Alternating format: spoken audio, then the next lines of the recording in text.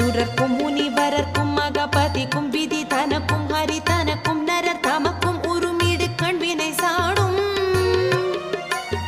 திருத்தணியில் உதித்தருளும் ஒருத்தன் மலை விருத்தன் என குளத்தில் உரை கருத்தன்மையில் நடத்து குகன் வேலே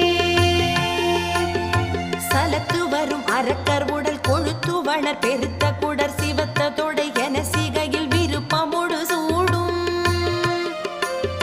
திருத்தணியில் உதித்தருளும் ஒருத்தன்